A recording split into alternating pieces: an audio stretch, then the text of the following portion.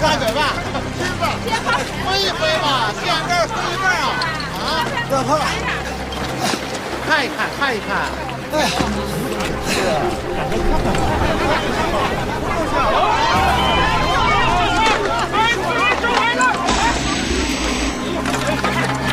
近日，韩江市滨海路西海段惊现无名尸块，引起社会各界广泛关注。针对此案，警方已迅速立案展开调查，被害人身份也已确认，死者陈某，女，31岁。目前，公安机关已将嫌疑人王某志抓捕归案，案件仍在进一步侦查中。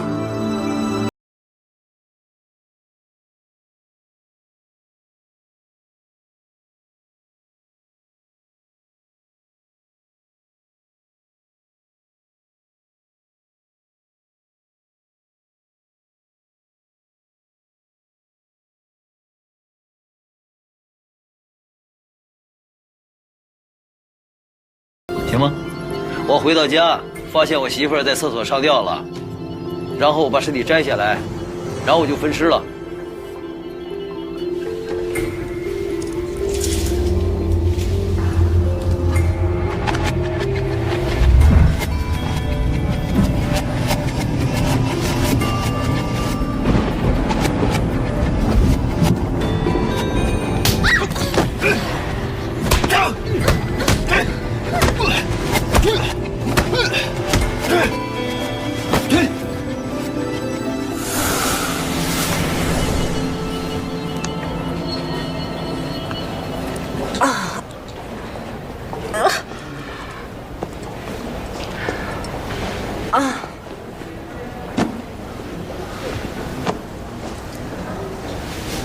有意思。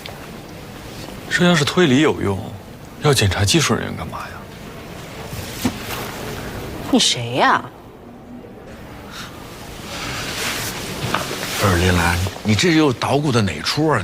你把这办公室弄得跟市场似的。这下午不是开会那个抛尸案吗？我推理一下行动轨迹。那行了，你别推理了，你赶紧把这收拾利索了啊！我给你介绍一下林远浩，你新来的同事，你呢带他去咱们技术处都走一走，你俩先相互熟悉熟悉。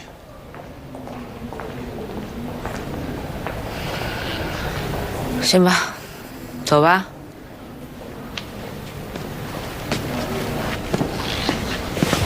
建忠，我先过去了。去吧。哎，你这堆东西等我给你收拾吗？回来收拾。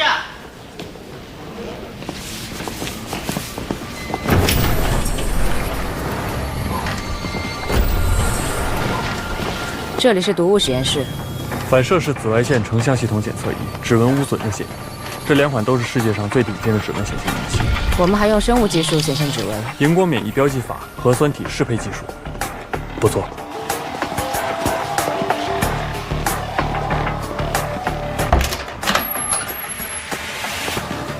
这里是法医实验室，负责人江毅，3年以来全省技术大比武法医组冠军，外号江一刀，我姐们儿。林兰，把你的朋友带出去。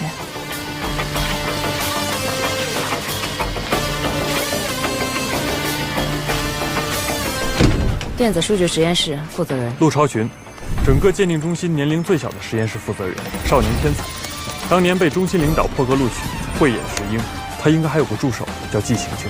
走了。幸会。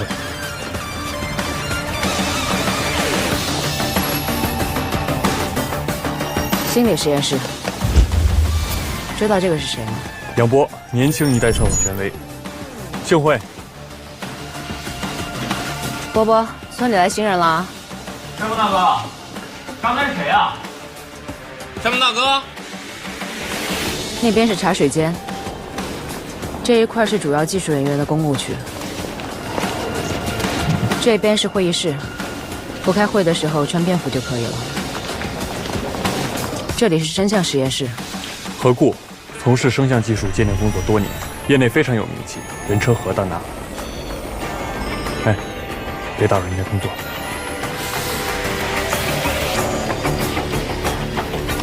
我们韩江市检察院司法鉴定中心包含了法医、心理、声像、电子数据、痕迹等几大实验室，而且我们还是全省最高规格的司法鉴定中心，拥有全国最顶级的鉴定设备。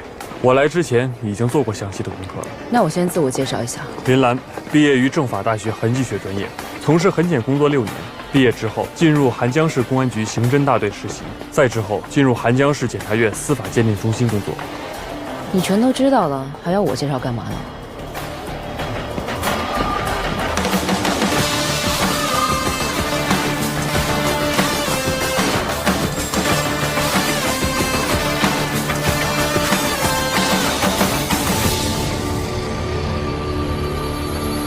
李姐，李姐，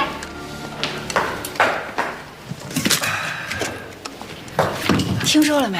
演出代理人过来，长得还挺帅的，叫什么来着？有帅哥？是啊，有帅哥。怎么了？有故事？从实招来。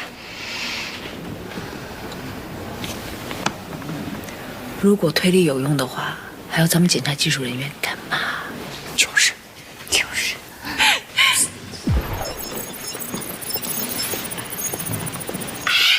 刚才走过去那个帅哥是谁啊？林远浩。比你可强多了。你这写的什么呀？燕楚，我非常感谢您对我的信任，但是毕竟我犯过错，得让您知道。我要你来之前呢，已经把该了解的事儿都了解清楚了。那你还要我？我让你来是来工作的，我就是要把你憋在心里的这股劲儿给我用在工作上。但是我自己犯的错，我应该承担后果。你还记得你来之前我跟你说了什么吗？记得。我等着看你的成绩呢。把这拿回去。这个地方就是刚刚发生的10块尸案案发第一现场。王大治分尸之后，把装尸块的手提袋扔进了海里，结果被一群在海边娱乐的自媒体发到了网上，舆论发酵得很快。为了争取时间，希望检察院的技术人员协助侦查。公安机关对王大治进行了审讯，但是他坚称自己是清白的，没有杀害陈鑫，他只是碎尸。公安在现场也找到了一些痕迹，陈鑫死前极有可能受过家暴的伤害。虽然王大治嫌疑非常大，但现有的证据还无法证明其杀害陈鑫，需要继续侦查。这件案子，公安机关邀请我们检察院提前介入，协助查实王大治。兔队，他说上一周他一直在外面鬼混，回家的时候发现陈鑫已经上吊自杀，而且好像已经死了好几天。根据公安法医的检验来看，死者的死亡时间确实是2到3天前，死因是因为机械性窒息，没有什么出入。导致机械性窒息死亡的，不只有自缢，还有可能是他杀。王大治说了，他如果报警呢，他吸毒的事情就会被警察知道，所以他就想是用分尸抛尸的方法来掩盖陈鑫的死。大家可以看一下，地板上的痕迹表明陈鑫被长期家暴过，而我在卫生间也找到同样的痕迹，很有可能王大治是将陈鑫强行拖进了厕所，饿死或者勒死，最后进行了分尸和抛尸。陈鑫的左臂已经找到了，上面有很多的淤青，这个就是王大治对陈鑫施暴的证据。这样哈，我给大家介绍一下林远浩，这是从省检察院调过来搞痕检工作的同志。因为咱们这个案情比较紧迫呀，所以我让他直接过来开会了。远浩，你看看你有什么想法，跟大家都说一说。好，大家好，我是林远浩。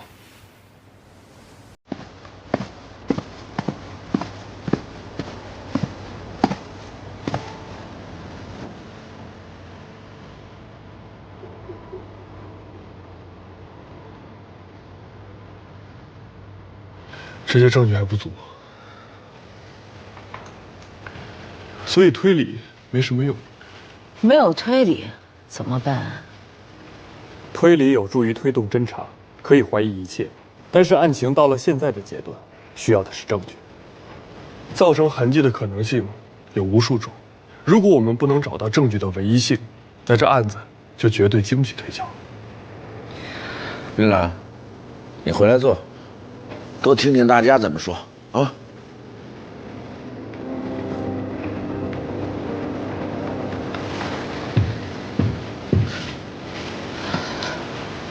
林兰的推断跟我们公安基本一致。根据我们办案组的判断，陈鑫的尸罐中一定会有新的发现。不过，那些装陈鑫尸块的袋子，我们目前只找到了一个，当务之急是找到更多的尸块。郑叔，我想申请复勘。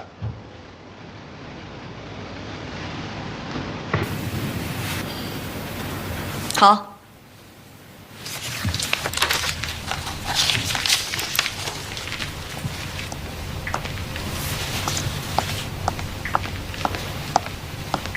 燕初，我不跟他去，你要不让我自己去，别让他去了。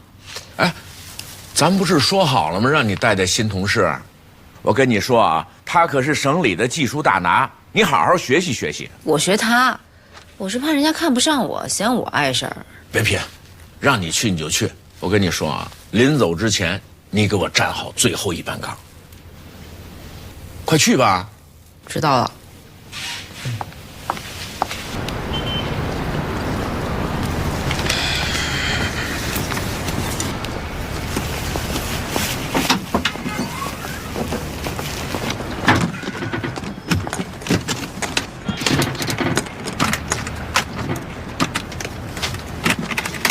我和你一起去抛尸现场。不用，我一个人就行。燕初让我去的，因为我想跟你去。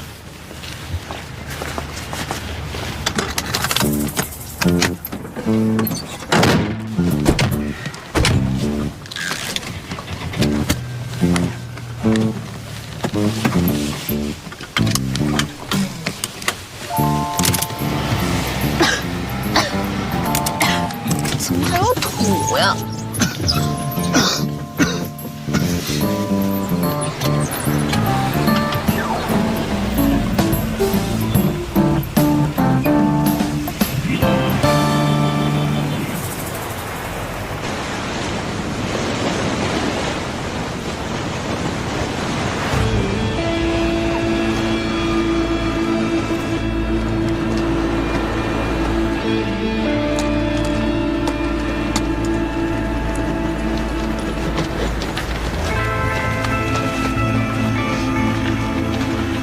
兰姐，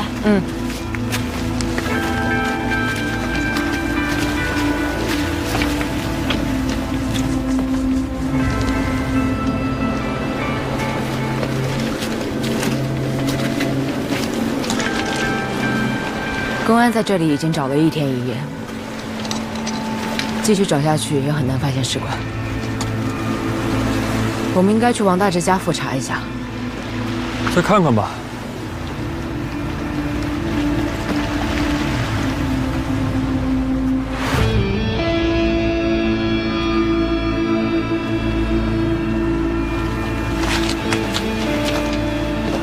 师姐，这么快就来了？站好最后一班岗呗。现在什么情况？我们对现场进行了地毯式的搜查，这边、这边，还有这边，范围很大。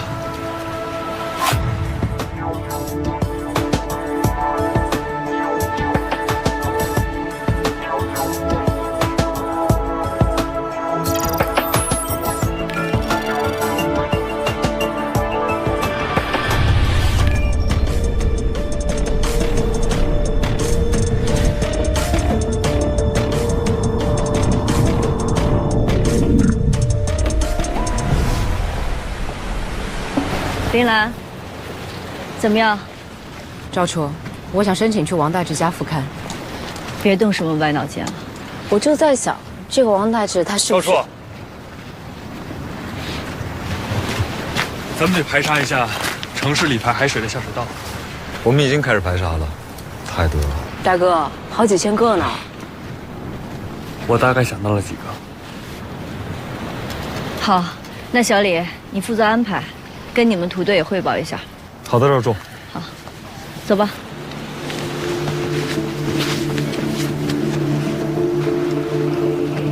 对，不对？对，是。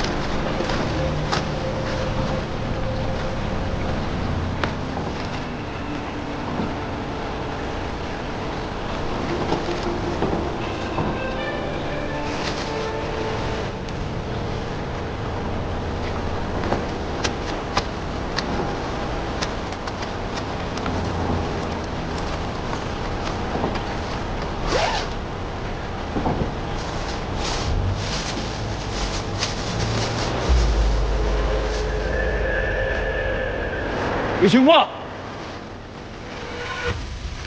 这边，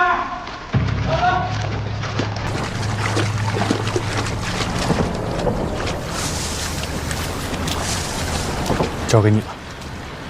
所有人都过来，我们这边有情况。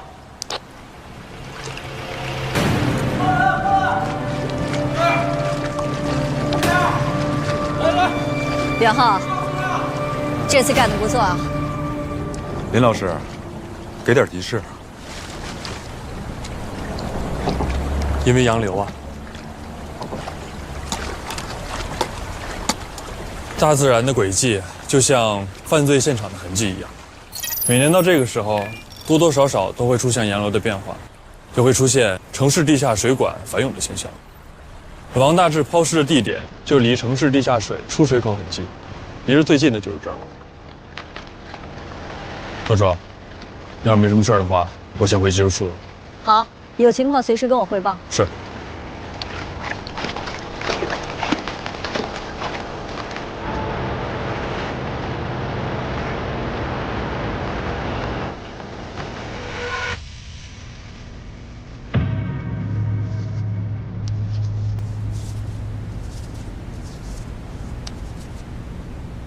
你和陈静结婚几年了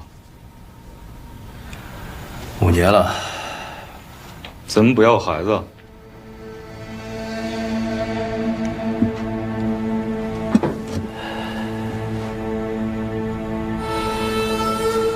你知道陈静怀孕的事儿吗？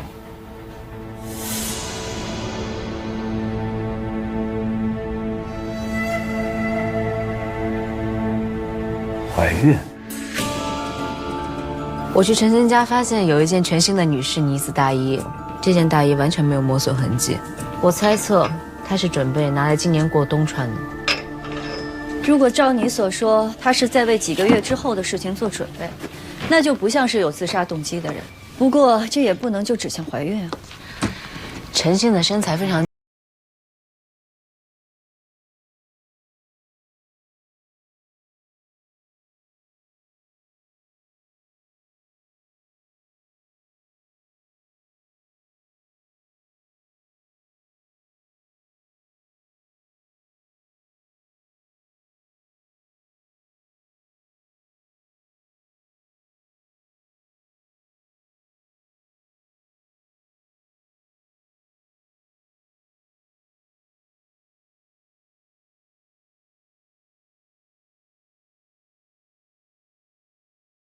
最重要的一点，我在她家翻遍了也没有找到卫生巾。像这种女生常用的东西，家里应该是常备的，除非她这几个月根本就没有用，而且接下来的几个月她也不会再用，所以才没有买。所以我就请我们的医刀帮我做了 HCG 的检测，没想到是真的。但是陈鑫的最后就医记录也是3个月以前了，说明他还没有来得及去建档和检查，就已经身亡了。陈鑫明明知道自己已经怀孕了，也没有去医院检查，也没有建档，看来他还在想要不要这个孩子，很有可能没有跟任何人说过，包括王大治。我操他妈！我操他妈！娘们太狠了，都是报应啊！报应，都是报应啊！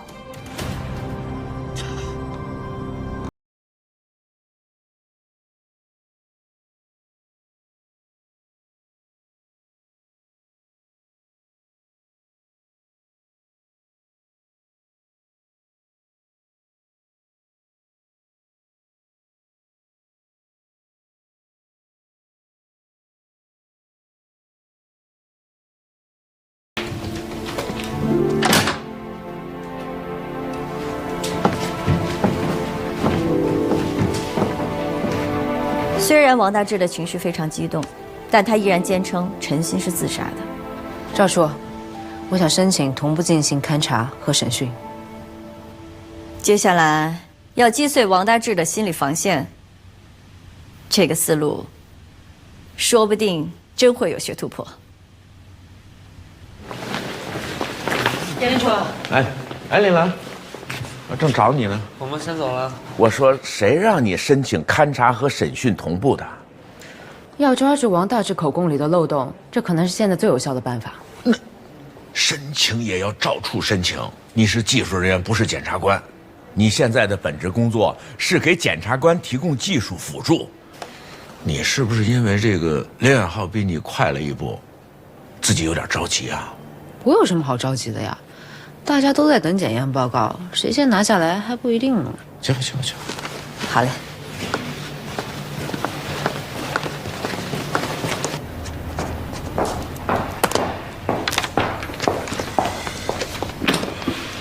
林老师，我要去勘查和审讯，你要去吗？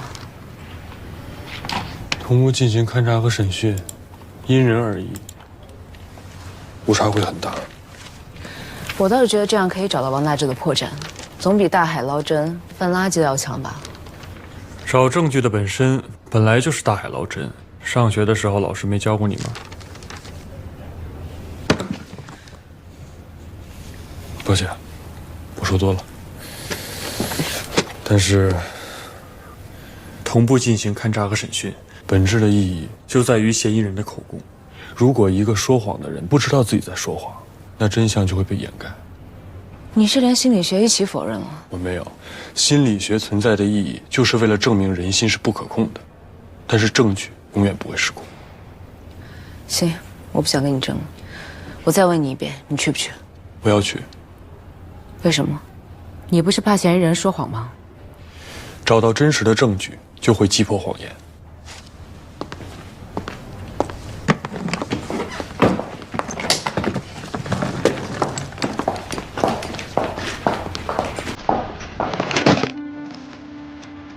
123，123。托军侦查。开始。双儿，开始吧。王大治，请你详细的陈述一下将陈鑫杀害的过程。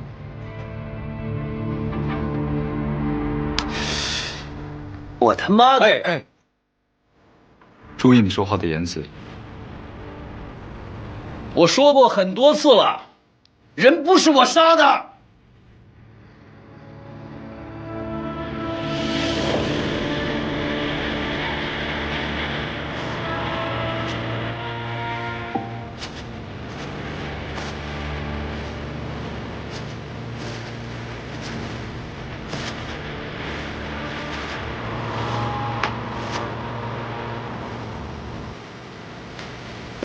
那你觉得他该死吗？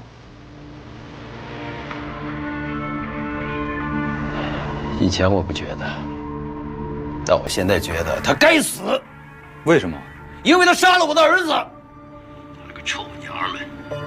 我切他的时候，我真应该注意点，说不定我还能见到孩子最后一面。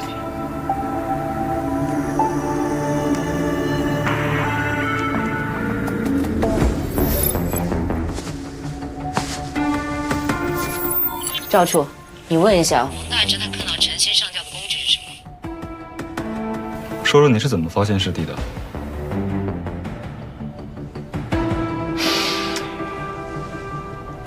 我回到家，我要上厕所，就他妈看见他挂在那儿了，还吓了我一跳。用什么上的吊？吊环。绳子呢？一根旧皮带。谁的皮带？我的。根据陈鑫的身高是够不到屋顶吊环的。他踩了个凳子。看到尸体的时候，你注意到旁边凳子了吗？对，我看到了。那凳子被踹翻了。你问一下王大直，陈鑫的尸体离地面有多高？陈鑫的双脚大概离地有多高？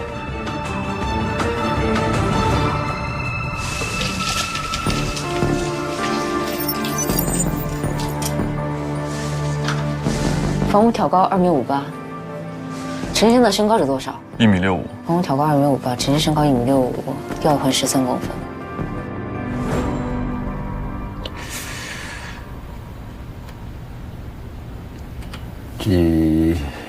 有这么多是，怎么说就是那个30-40公分吧？确定吗？差不多吧。30-40公分。他一直在犹豫，抓紧问他。不是上吊。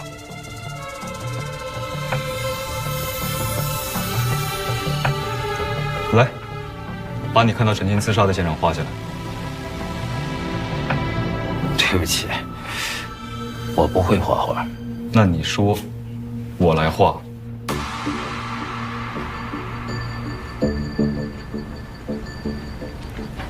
发现颈部尸块的时候，我大概查了一下勒痕，应该是绳圈。你刚才怎么不说？法医没给出结果，不能随便说。我最后一次问你，你看到陈鑫自杀的现场是这样吗？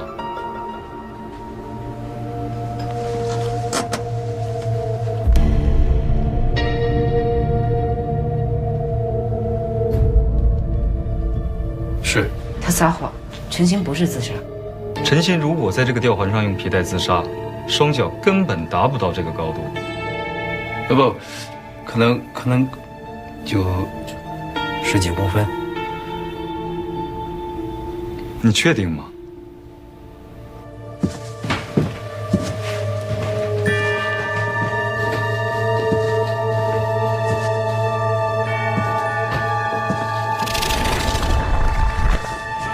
我在厨房附近发现了残留的血迹，问一下王大直是否家暴过陈鑫？你对陈鑫家暴过吗？什么呀？你打过他吗？我们在你家中发现多处陈鑫的血迹残留，但并非分尸造成的血迹轨迹。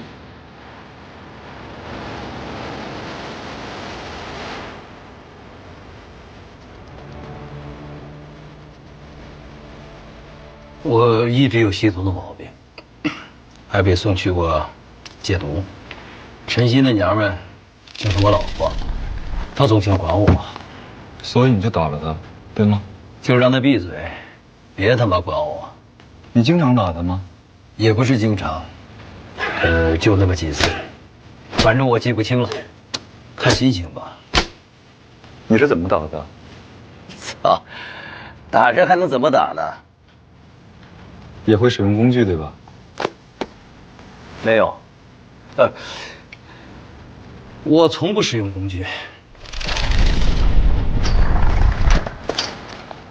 你使用过工具对陈鑫家暴，是皮制品，对吧？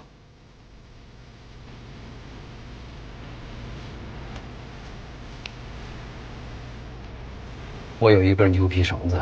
牛皮绳是怎么来的？说不清怎么来的，就是我用了顺手。看来这一次王大治该全料了。不要预判，你怎么用它实施家暴的？就是我老婆把我惹烦了，我就用这根绳子勒她，我一勒她，她就认错。你最后一次勒她是什么时候？就是这次。但是我没杀她，我只是把她勒晕了，我没杀她。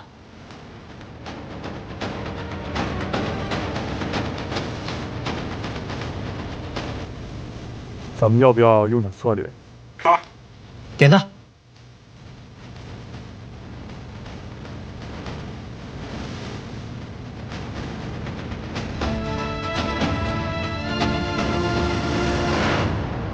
你在说谎。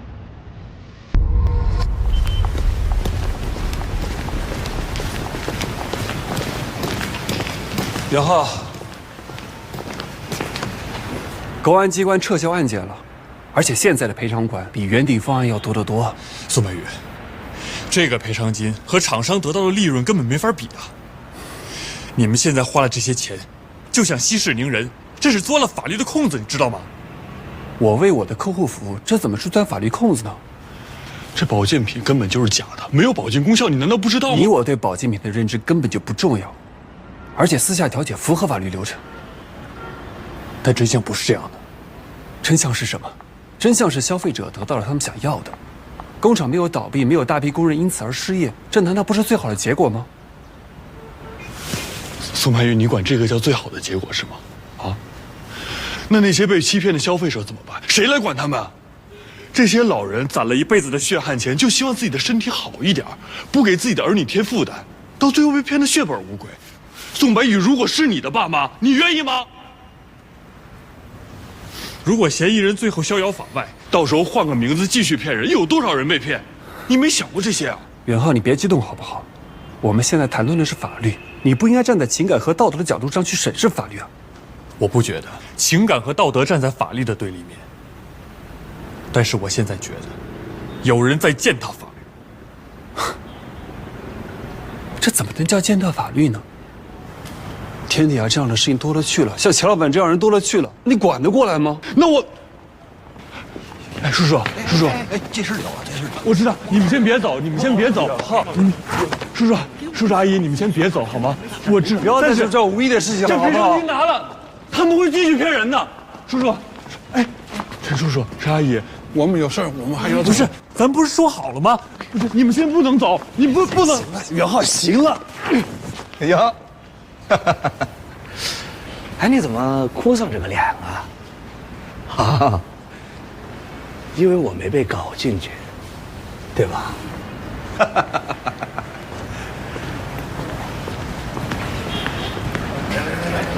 大家还在这干嘛呀？散了吧。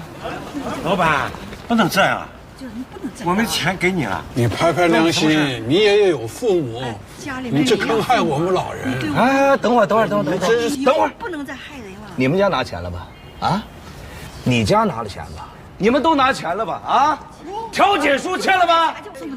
我卖的是希望，你们买的是教训。我没在里边掺毒药，就已经很良心了啊！我告诉你们啊，你们这帮人吃土赚钱，你们都乐意，占了便宜就别卖乖了，滚蛋！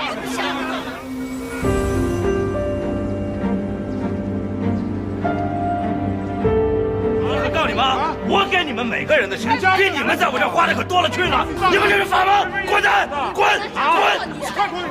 干嘛呢？干嘛呢？干嘛呢？老东西，我他妈弄死！这次是一拳，下次是审判。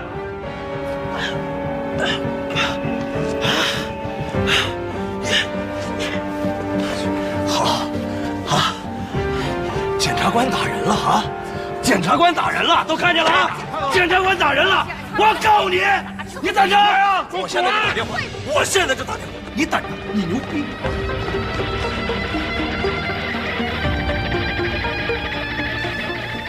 没有人性的东西！检察官打人了！